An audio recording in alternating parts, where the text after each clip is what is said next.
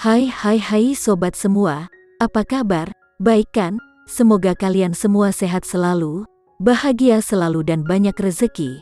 Kali ini Mimin mau melanjutkan cerita dari novel Ternyata Suamiku Penguasa. Semoga cerita ini bisa menghibur kalian semua ya, dan bisa menemani hari-hari kalian semua. Oh iya, jangan lupa bantu like dan komen ya biar Mimin tambah semangat uploadnya. Kalau begitu yuk langsung saja ke ceritanya, cekidot.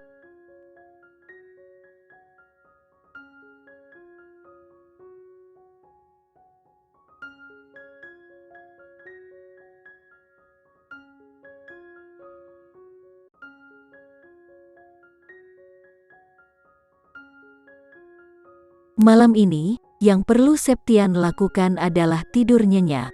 Besok, dia akan dapat berkonsentrasi pada apa yang perlu dia lakukan. Keesokan harinya, Septian Bramasta bangun lebih awal seperti biasanya. Setelah membersihkan badan, dia mengeluarkan jas barunya dan memakainya. Jas itu adalah versi baru Armani dan dia telah mempersiapkannya sendiri. Sekarang dia adalah ayah dari seorang desainer terkenal, jadi dia harus berpakaian bagus. Ayah, apakah kamu akan menghadiri pesta besar hari ini? Dalam ingatan Bianca, dia belum pernah melihat ayahnya berpakaian begitu formal, jadi Bianca tidak bisa menahan diri untuk tidak terkejut. Aku akan membantumu menghubungi perusahaan baru hari ini. Jika kita dapat mencapai kesepakatan, maka kontrak dapat ditandatangani dan kamu dapat bekerja secara resmi. Ayahnya duduk di meja makan dan berkata, "Nak, duduklah. Ayah ingin mengatakan sesuatu padamu." "Ayah, ada apa?" Bianca bertanya, dan duduk di sisi lain.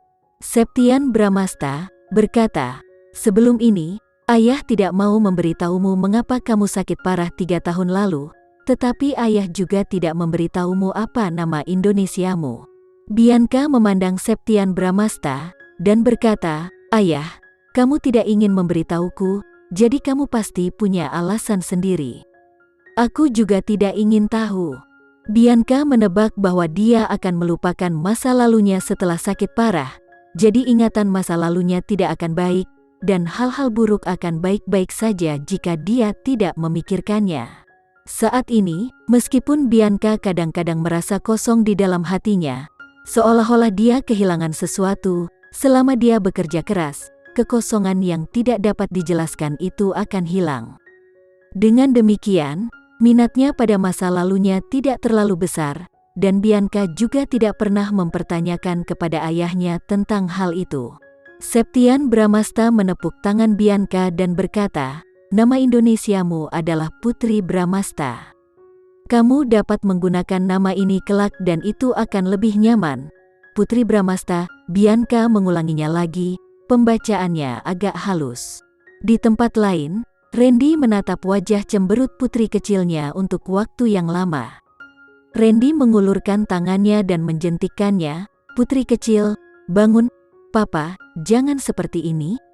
Kemudian, putri kecil membalikkan tubuhnya dan menempelkan tubuh kecilnya ke lengan Randy seperti sepotong pasta lengket. Putri kecil menjilat bibirnya dan menutup matanya untuk tidur. Randy mencubit pipinya dan berkata dengan lembut, "Putri kecil, jika kamu bangunnya nanti, kamu tidak akan bisa makan stroberi hari ini." Putri kecil tiba-tiba membuka matanya dan cemberut, seolah-olah dia akan menangis.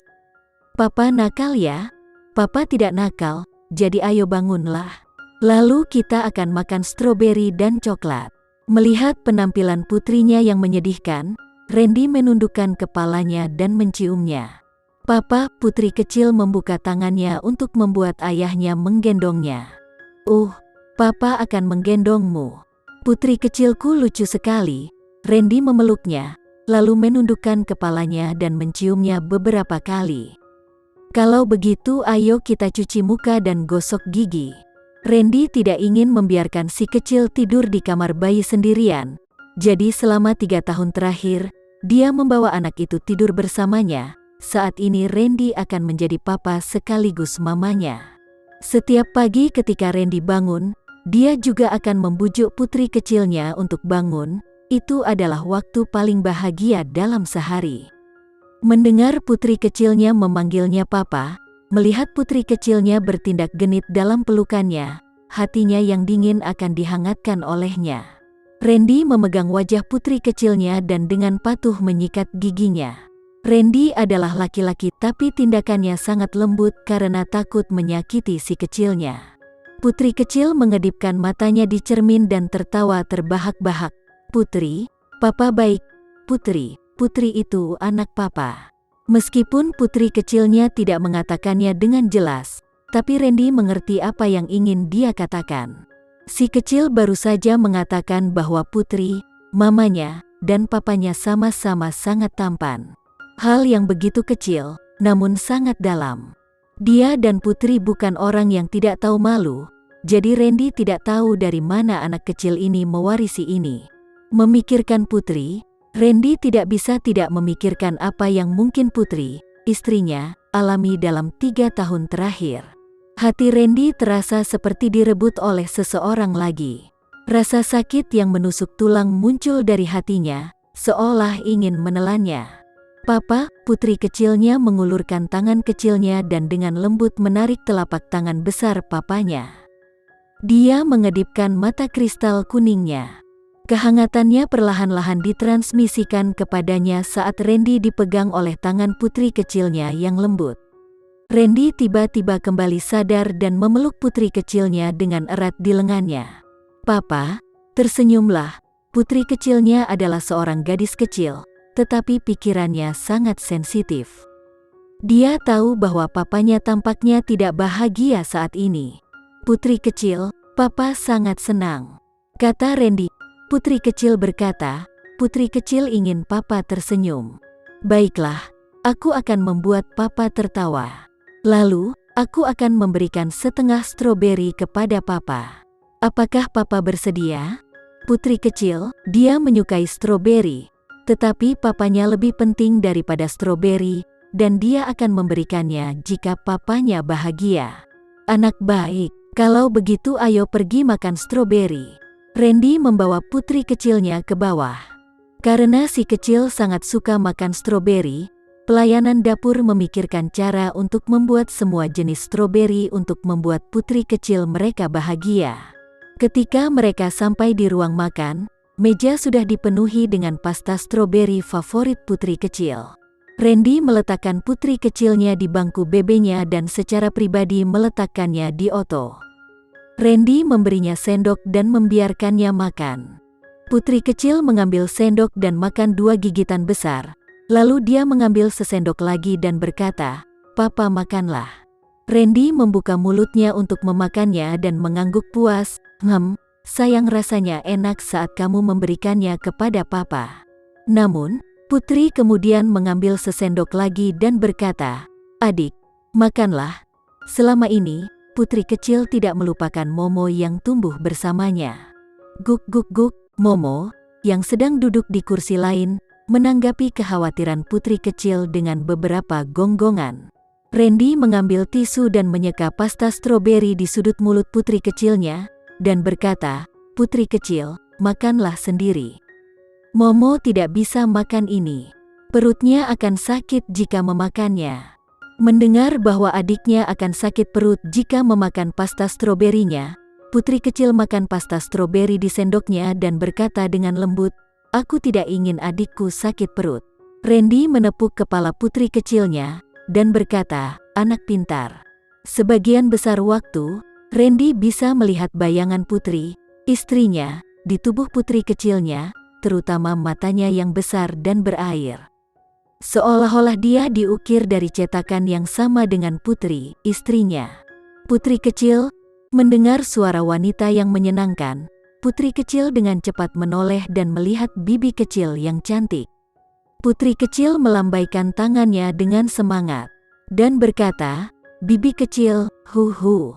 Priscilia melepas kacamata hitamnya dan menyerahkannya kepada Rayhan, pengawalnya, yang ada di sampingnya. Priscilia berlari dan mengambil putri kecil dan membawanya 2 kali. "Apakah kamu merindukan bibi kecilmu?" Putri kecil memegang wajah Priscilia di tangannya dan berkata dengan serius, "Tentu saja aku merindukan bibi kecil." Aku merindukan bibi kecil huhu. Huhuhu, Priscilia mencium putri kecil 2 kali dan mengusap pipinya. Putri kecil, bibi merasa bahwa kamu semakin cantik. Semakin hari, semakin kamu terlihat seperti bibi. Putri kecil berkata, aku lebih cantik dari bibi. Priscilia cemberut, seolah dia akan menangis. Bagaimana putri kecil bisa lebih cantik dari bibi? Bibi akan sangat marah. Sekarang Priscilia telah memenangkan hadiah utama film, keterampilan aktingnya cukup baik. Jika seseorang yang tidak akrab dengannya benar-benar berpikir bahwa dia akan bersaing dengan seorang anak kecil. Bibi kecil, jangan menangis. Bibi kecil secantik putri. Selama itu adalah seseorang yang baik padanya, putri kecil tidak tega melihat mereka sedih. Priscilia tertawa dan mengusap pipi lembut putri kecil. Tidak, putri kecil keluarga Sanjaya adalah yang tercantik, bibi kecilmu ini jauh lebih rendah darimu. Kedua orang tua putri kecil sangat tampan dan cantik. Putri kecil memiliki 2 gen yang sempurna, jadi bagaimana mungkin dia tidak cantik?